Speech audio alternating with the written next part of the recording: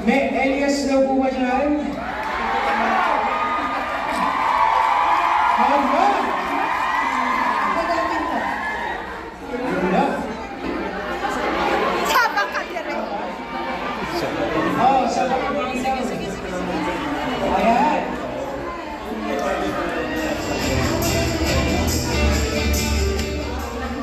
Muragap.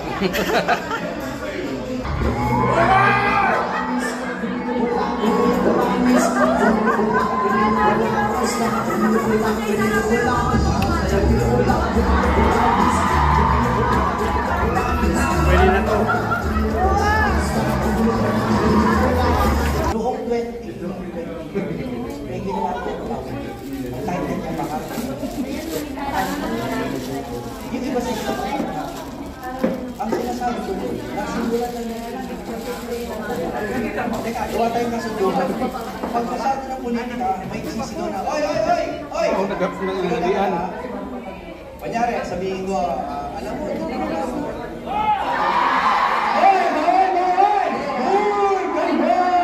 Kahit mo kay Senator Manny, pag medyo humiinit na, halimbawa, kailangan mag-resign ka.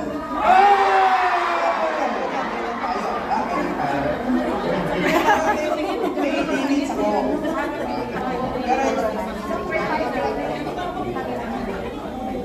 Dahil po, pagkais mo sa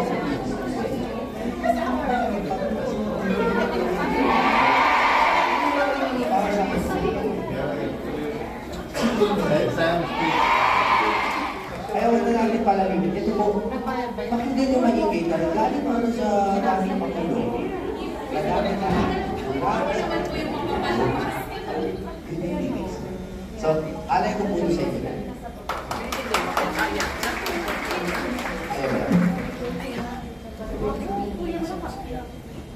Pakilakas na lang. Katotohanan na ang naghaharing salaysay. Ganito ang kasaysayang mahalika. Naibalik na mundo ako na maghiling ka. Ikaw sa bayan, walang bahid na mayroong pangako sa iyong bukaw. Walang ibang magkukulay kundi ikaw. Mahal ka, inday. Mahalay, ikaw lang ang tulay. Mahal ka, inday. Lahat sinisigaw, bakit bumubukaw? Mula sa akin na ngayon.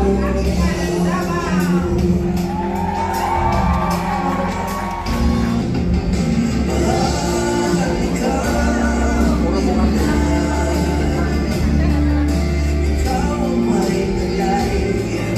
Ikaw lang ang tunay. Mahal ka, inday. Lahat sinisigaw, bakit bumubukaw? Mula sa akin na ngayon.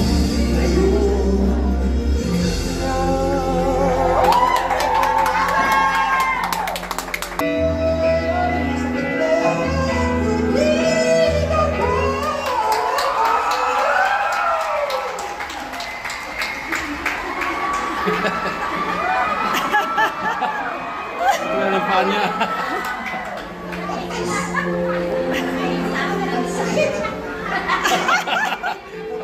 Lagi na lang paa niya. May video yan eh, sana ma-play.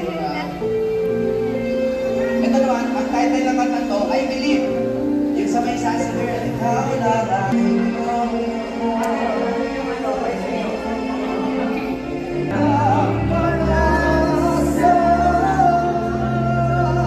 Baby, mahal kita.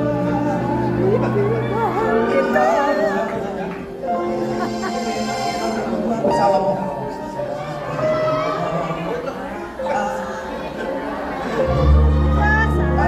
na dito, sabay-sabay tayo sumigaw para kay Ma'am Sara. May lola ka, ako, akong magsasabi na. Ma'am Sara! Mabayang Pilipinas! Maraming salamat po. Sara, I love you. Maraming salamat.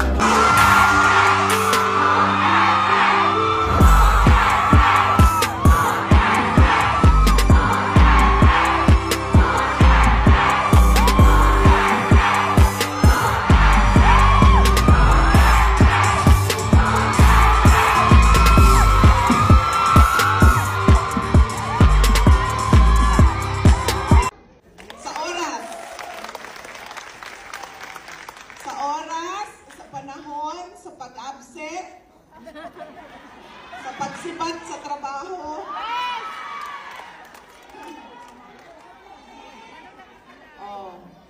Sige, sumibat kayo sa trabaho, tapos hindi na kayo makapag-post ng My Day. Kasi kalalaman kung nasaan kayo.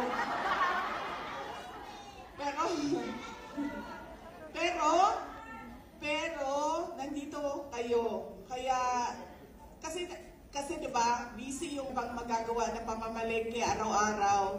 At pwede ka pa maglaro ng tong hits. Kasama ang kapitbahay araw-araw. Yung mga nakatira abroad, hindi ganun. Lahat ng labada, naiipon, isang araw lang yan gagawin lahat. Tama. Ang pamamalengke, pag-grocery, hindi yan ginagawa araw-araw. Once a week lang yan. Ang manicure at pedicure ay hindi na talaga yan ginagawa. Pag-uwi sa Pilipinas, saka pa yan nag-uwi ako. Diba? Kaya, alam ko na mahalaga ang oras ninyo. Patingin ang mga kuko. Kung hindi pa nakauwi ng Pilipinas, hindi pa tatanggal ang enroll. Kaya, nagpapasalamat kami. Kasi kahit ganyan yung kailangan ninyong gawin, kahit ganyan kadami ang kailangan ninyong gawin kapag weekend, ay binigay pa rin ninyo ang isang buong araw ninyo para sa amin ngayong gabi. Alam nyo, yung kaibigan ko, di ba kasi pag nagbabiyahe tayo, yung mga kaibigan natin, meron silang mga pinapabili sa atin. Uy, punta ka Singapore, pabili naman ganito, pabili ganyan. Di ba? So yung kaibigan ko, meron siyang pinabili sa akin dito sa Singapore. Nakisuyo. So hinanap ko.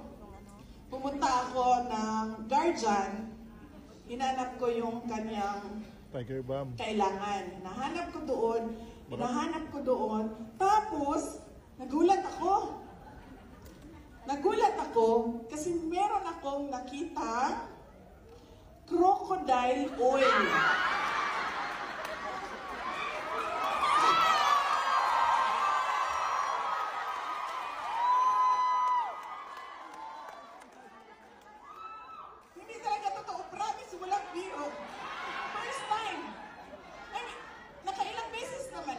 Sa Singapore o sa ibang lugar, sa mga grocery.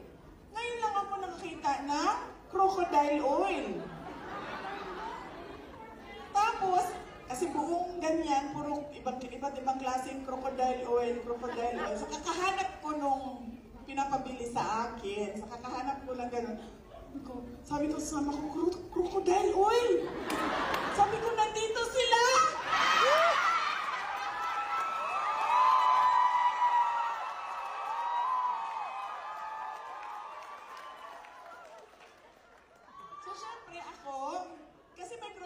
Park sa Davao. Yes! Davao!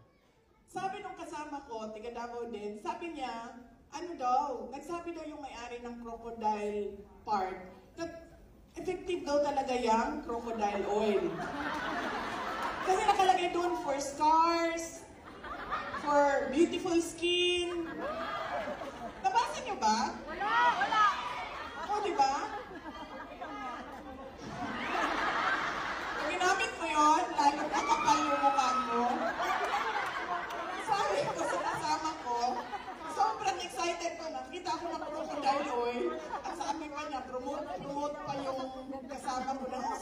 ano, may-ari ng Crocodile Park.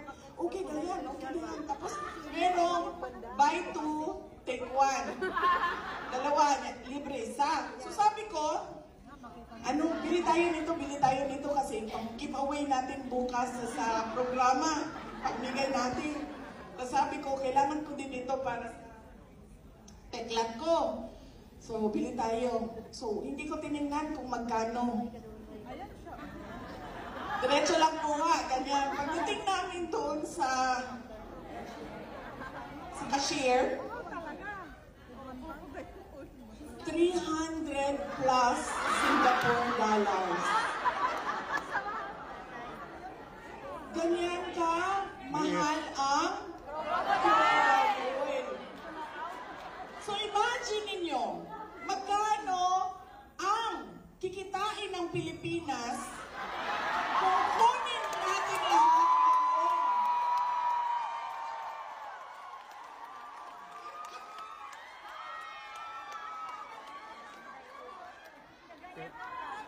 Para siyang gold. Super pa rin sa Yung tatay. oil nila.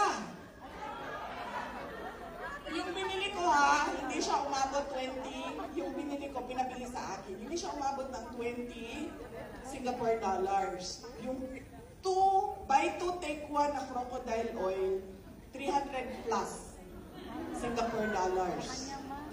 So, ibig sabihin na lang natin averaging 100 Singapore dollars yung ganito kaliit na oil. So, ibig sabihin, kapag kinuha mo ang oil ng Tambaluslos, may lalabas na pera.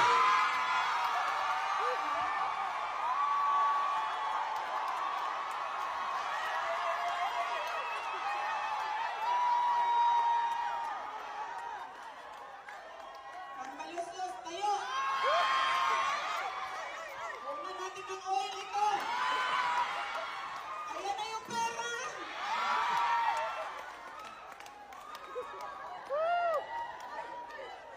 Diba? Nandun pala sa kanyang oil ang lahat ng pera na nawawala. Ay, bawal ka dyan, sorry dyan. Pupunta na ako, ma'am, sa ano. Sorry, nagalit na yung organizer. Oh,